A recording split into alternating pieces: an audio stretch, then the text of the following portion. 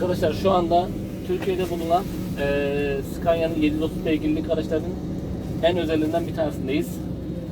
Araç 730S V8 yeni kabin zaten. Bundan şu an Türkiye'de 6 tane var. O da muhtemelen yılın son 730 beygirlik şeysi.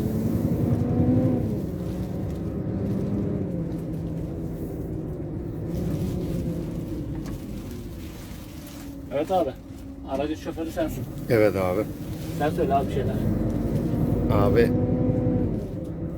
makine ne diyeyim?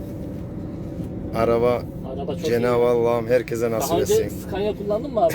Yani var mıydı? Scania'dan hiç şaşmadık abi. 2004 yılından bu yana. 2004 yılından bu yana Scania kullanıyoruz. Memnunuz.